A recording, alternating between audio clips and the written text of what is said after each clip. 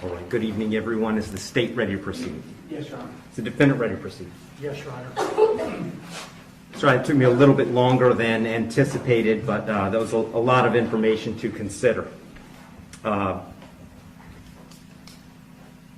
me just start by saying that, as multiple people have observed, this is a particularly difficult case because there's really nothing that the court can do that's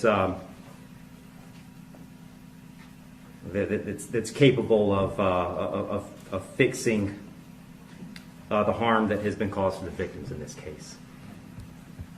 So that being said, I've got to start with the law. I'm bound by the law, and the law gives me a guideline for how to analyze an appropriate sentence in this case. So I want to start with the Camacho case.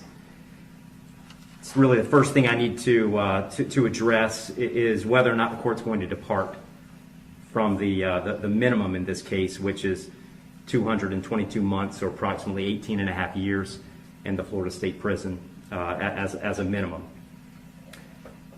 The Camacho case, as Mr. Fitzgibbons pointed out and argued, lays out really a three-factor test. Is there a valid legal basis for departure?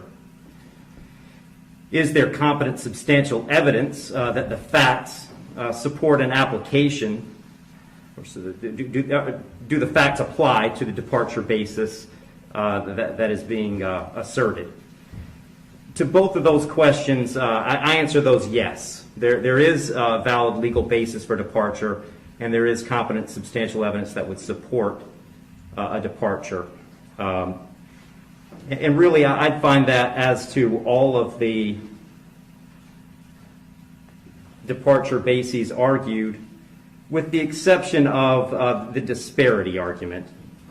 I'll just comment on that one for a moment. The defendant has argued that an available basis for departure is the disparity between the guidelines and the sentence that Mr. Barano got. I don't agree with that. I agree that disparity could potentially be an available legal basis for departure.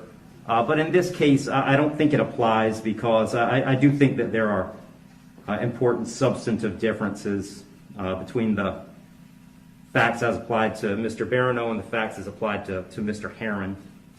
The state's put those on the record. I won't elaborate on it too much other than to say I think that the difference, that the age of majority for Mr. Herron is one of those. But mostly I just think that the facts are different as between those two defendants. And so I don't believe that the facts in this case support that as a departure basis because I believe that a disparity in sentence between Mr. Barano and Mr. Herron is appropriate in this case.